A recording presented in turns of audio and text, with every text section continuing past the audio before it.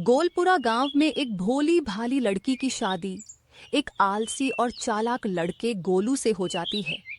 भोली अपने नाम की ही तरह सीधी सादी थी, पर दिल से मजबूत। जी उड़ जाइए ना, सूरज सिर पर चढ़ आया है। अबे ओ भोली, तेरे जैसे 100 मिले तो भी मैं नहीं उठूंगा जब तक माँ गर्मा गर्म पूड़ियां नहीं लाती। और तू कामचोर, रसोई में जाकर पानी भी नहीं भरती। मेरी बहू हो या मुसीबत। भोली सुबह पानी लेने जाती है, तब उसको उसकी सहेली सुमन मिलती है। क्या हुआ भोली? आंखें लाल हैं। फिर से तेरी सास ने कुछ कहा क्या? कुछ नहीं सुमन, सब ठीक है, बस थोड़ा थक गई हूँ। तू बहुत सहती है भोली, एक दिन सब कुछ बदल जाएगा, देख लेना। गोलू गांव में सबसे कहता फिरता है।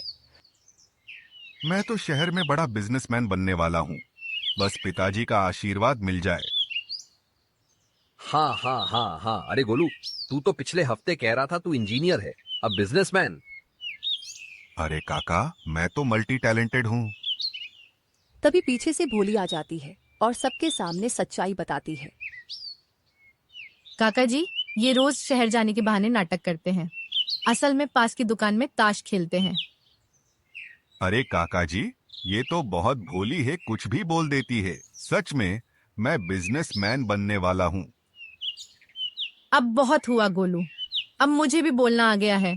कब और कितना झूठ बोलते रहोगे? सच में कुछ काम धंधा ढूंढ लो, जिससे घर में 4 पैसे आए।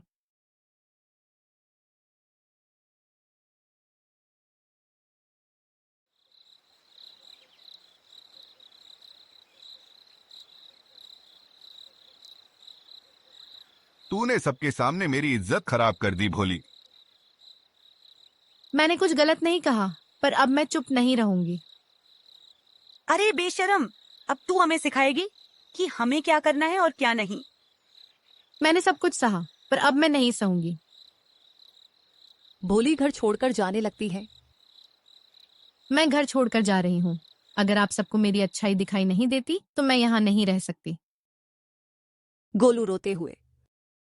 भोली, मत जा, मैं सच में बदल जाऊंगा और तू जो कहेगी वो सब मानूंगा। बस तू घर छोड़कर मत जा। बहू, माफ कर दो, हम तुम्हारी अच्छाई को समझ नहीं पाए।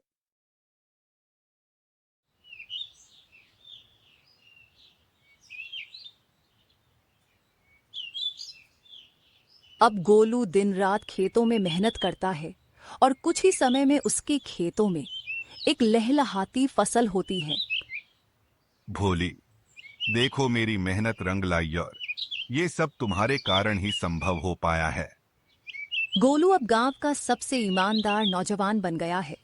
ये सब हुआ उसकी पत्नी भोली के कारण।